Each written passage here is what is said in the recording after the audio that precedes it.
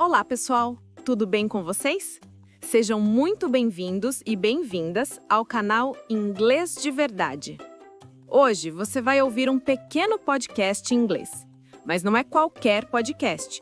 Ele vai desafiar o seu listening e testar o quanto você realmente entende do que ouve. Depois de escutar, eu vou te mostrar 5 perguntas para ver se você conseguiu captar os detalhes mais importantes. Além de praticar sua escuta, você ainda vai aprender novas palavras e expressões de um jeito natural e interessante. Ah, e se quiser acompanhar o áudio, a legenda em inglês já está disponível. Então, se prepara, coloca os fones e vamos direto pro teste. You know, we're living in this sonic world.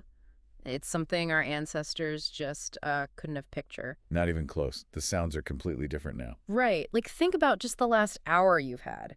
How many sounds were, say, leaves rustling or, someone just talking? Very few, probably. And how many were, well, made by machines? Alarms, notifications, clicks. The balance is usually way off, isn't it? Skewed heavily towards the artificial. Totally overwhelming, yeah.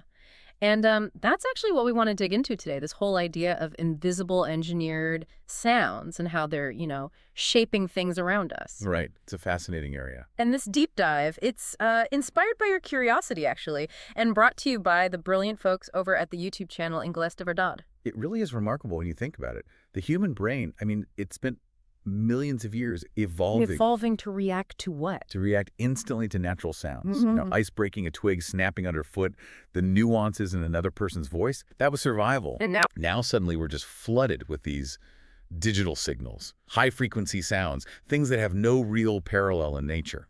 Okay, so that really sets up our mission here today, doesn't it? We want to understand this invisible power, the power of these artificial sounds. Yeah. How is just a simple little ping, confirming something, or a phone click, how's that fundamentally changing our brain chemistry, our emotions even? Exactly. Our goal is to unpack this huge evolutionary mismatch. How is our sort of ancient hearing system trying to coach with this very, very new digitally designed soundscape? Okay, let's unpack it then. If we're surrounded by them, maybe we need a clear definition first. What exactly are we talking about when we say artificial sounds? Right. So in the simplest terms, they're sounds produced by electronic devices or mechanisms or software. Okay. The key thing is they don't come from the human body or the natural world, not inherently anyway. So examples would be like, Oh, everything. The alarm clock that wakes you up, that low hum from your fridge or your air conditioner, your phone ringing, obviously. even the soft clicks your computer makes as you type. And what's really striking here, I think, is that these aren't just random noises like accidental byproducts. No, not at all. They're designed meticulously. We're not talking about just barulho, as they say in Portuguese, just noise. Sound engineers, acoustic designers, they're crafting specific emotional experiences. That's precisely it. They're actively trying to influence our behavior through sound. Okay, so this is where it gets into the psychology of it all. Exactly. Take one of the most common examples, the sound your smartphone makes when you unlock it. Okay, yeah, that little click or swoosh or whatever it is. Right. It's usually short, quite soft, maybe has a slightly metallic quality. Now, why that specific sound? Why not something else? I'm guessing it's intentional, like you said, but what's the goal? Is it just meant to sound modern? Yeah. High-tech? It's about satisfaction and reinforcement. That quick, usually quite pleasant sound wave. It's specifically engineered to trigger a tiny little discharge of dopamine. Ah, dopamine, the reward chemical. Exactly. The chemical linked to reward and pleasure. So by pairing the action, unlocking your phone with that subtle positive sound confirmation. You reinforce the action itself. Precisely.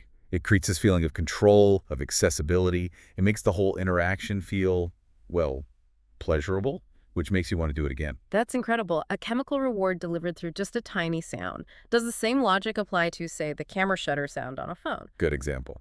I mean, digital cameras don't really have mechanical shutters anymore, right? But you still hear that definite click. It's often totally artificial. Yeah. Mechanically unnecessary. So why keep it? Why does that sound so important? It's all about trust and confirmation.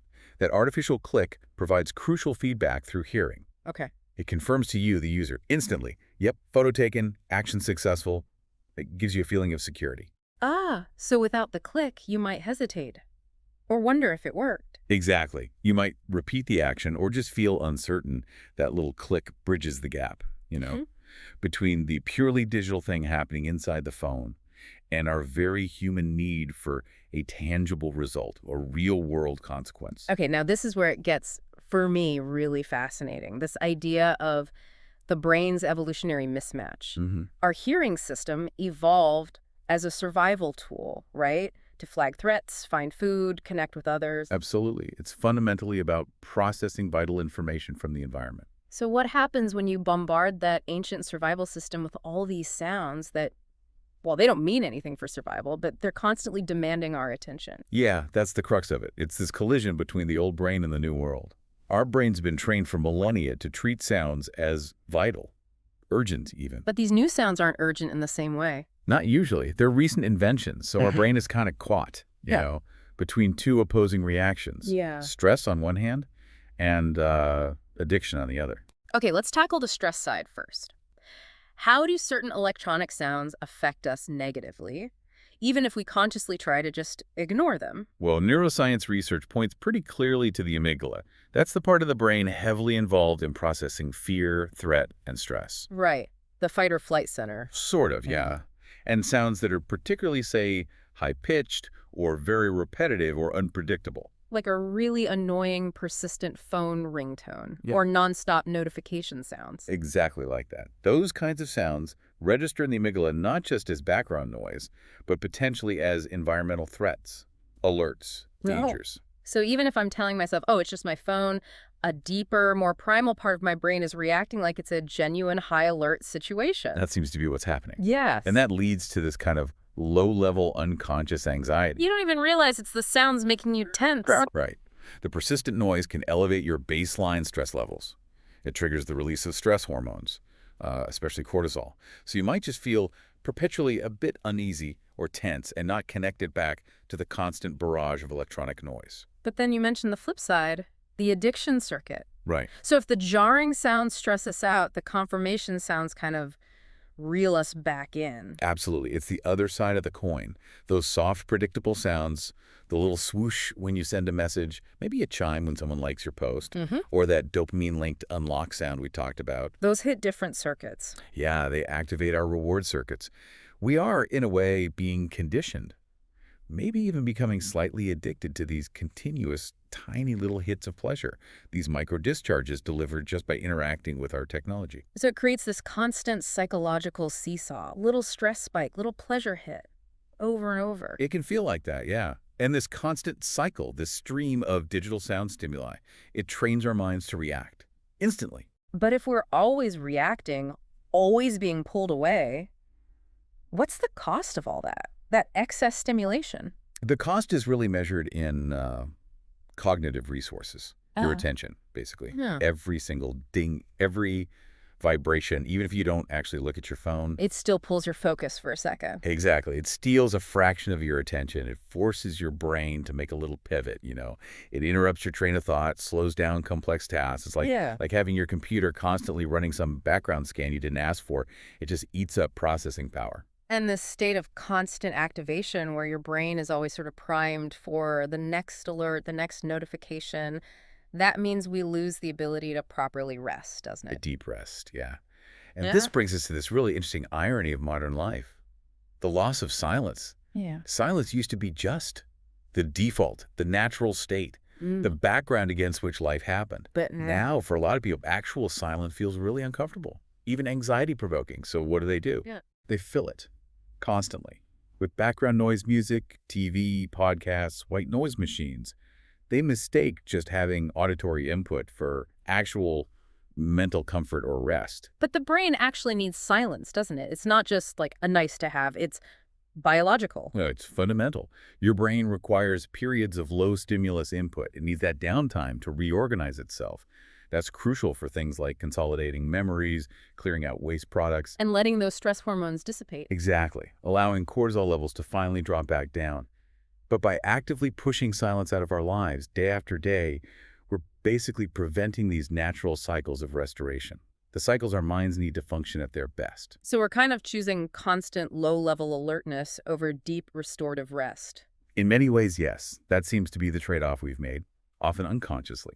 Okay, so if most of these artificial sounds demand a reaction from us and maybe contribute to this background anxiety, how can we consciously find a healthier sonic experience? What are the alternatives? Well, there's definitely a growing trend, a significant one, towards seeking out restorative sounds, or what some people call healing sounds. Like what? Sound baths and things? That's part of it, sure. Professional sound healing therapies exist.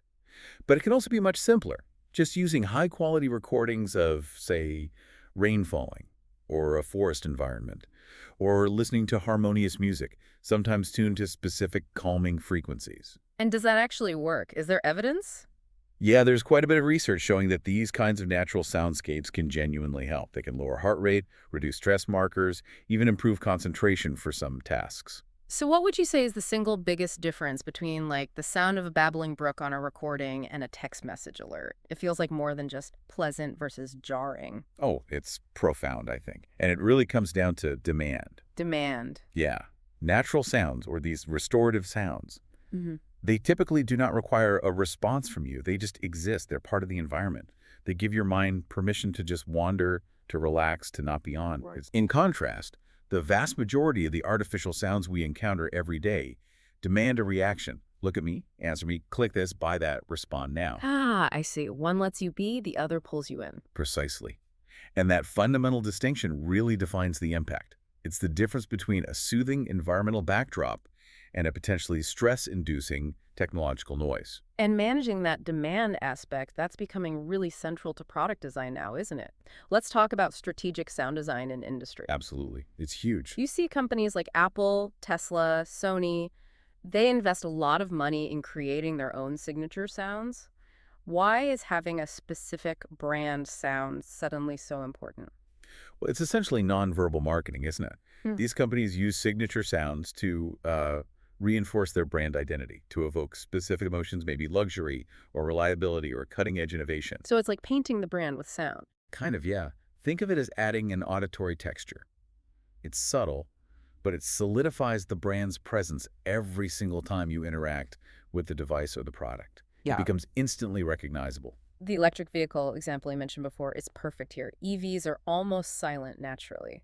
Which is actually a safety hazard, right? For pedestrians, cyclists? Exactly. But you can't just stick a loud, ugly, old-fashioned car horn sound on a sleek, futuristic EV. Right, that would completely undermine the brand image. So that's the challenge. EVs need artificially designed sounds for safety, but those sounds have to be incredibly carefully crafted. How so? Well, they need to be audible enough, obviously, to alert people, but they also need to sound, well, futuristic, reliable, agreeable even, not mechanical or alarming or just plain annoying. That sounds like a really tricky balance. It's a very tight engineering and psychological balance, yeah. You're trying to signal safety without causing more sonic pollution or making people feel anxious every time one drives past. And looking even further ahead, it seems like the future might be heading towards total acoustic personalization, That definitely seems to be the direction. where we might eventually be able to choose the exact type of sound for everything. Like, my keyboard click sounds like this, my notifications sound like that,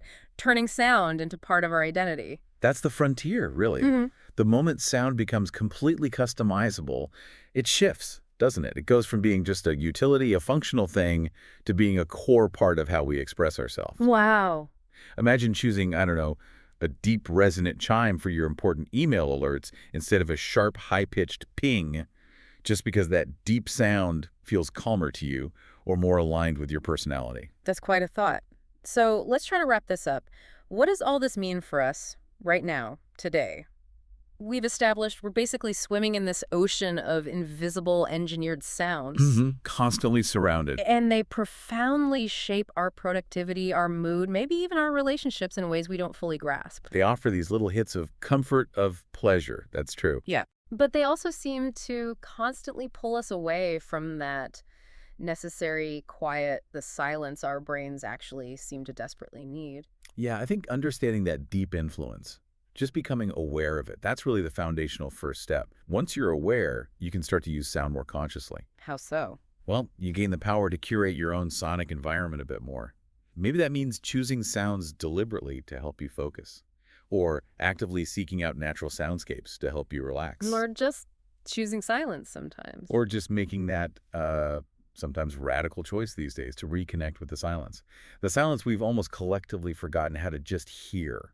That awareness, really, it's your greatest tool in navigating this. Okay, so here's a final thought to leave everyone with. If these personalized soundscapes do become the norm, if we can eventually acoustically filter our entire daily existence down to only the specific curated clicks and pings that we prefer, the ultimate customization. will we maybe eventually lose something important, like lose that shared, unpredictable, sometimes even abrasive sonic texture of the real world? And if we do end up walling ourselves off in these perfect personalized acoustic bubbles, what might that loss of a shared sonic reality actually mean for genuine human connection? That's a really interesting question. Definitely something to mull over. Something to think about until our next deep dive.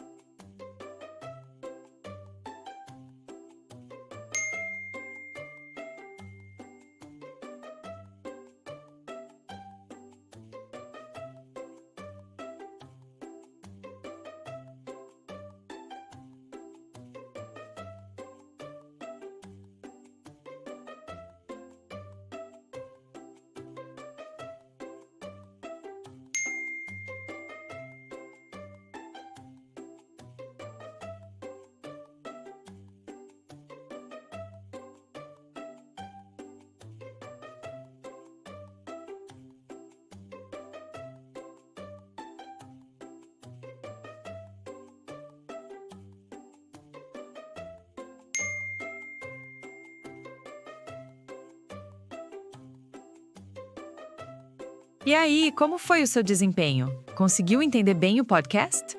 Se acertou todas, parabéns. Seu listening está afiado. Mas se errou alguma, não tem problema. É exatamente assim que você evolui, ouvindo, errando e aprendendo. Não esquece de deixar o like, se inscrever e ativar o sininho para não perder os próximos desafios. Nos vemos no próximo vídeo e continue ouvindo Inglês de Verdade.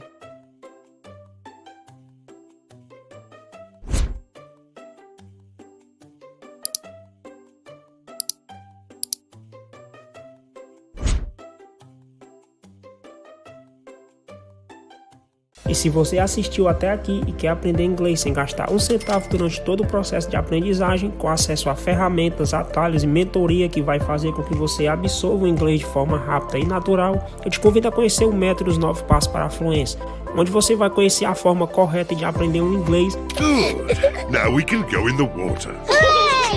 Com acesso a ferramentas que irão te auxiliar nesse aprendizado. E o melhor, todas encontradas de forma gratuita. E entre essas ferramentas, uma você usará para manter contato com nativos do inglês para que sua prática de conversação seja mais eficaz. Porque nada melhor do que absorver o inglês diretamente da fonte. E quando eu digo que essas ferramentas são gratuitas, eu não quero dizer que apenas o primeiro mês será grátis, como degustação, e que se você quiser continuar usando, você terá que pagar. Todas as ferramentas que serão apresentadas a você nesse método são gratuitas para o resto da vida, até quando você quiser usar. Esse método é perfeito para você que não tem ideia de como e por onde começar, e para você que já tem um conhecimento em inglês, mas ainda não conquistou a fluência. Nele você será apresentado a atalhos que vão acelerar seu aprendizado, que estudantes que estão começando não fazem ideia que existem. 99% das pessoas que colocarem esse método em prática, seguindo passo a passo, conseguirão realizar seu sonho de se tornar fluente em inglês. Então, se você acha que finalmente chegou a hora de realizar seu sonho e dominar de vez o inglês, clique no primeiro link da descrição, que eu tenho certeza que você não vai se arrepender.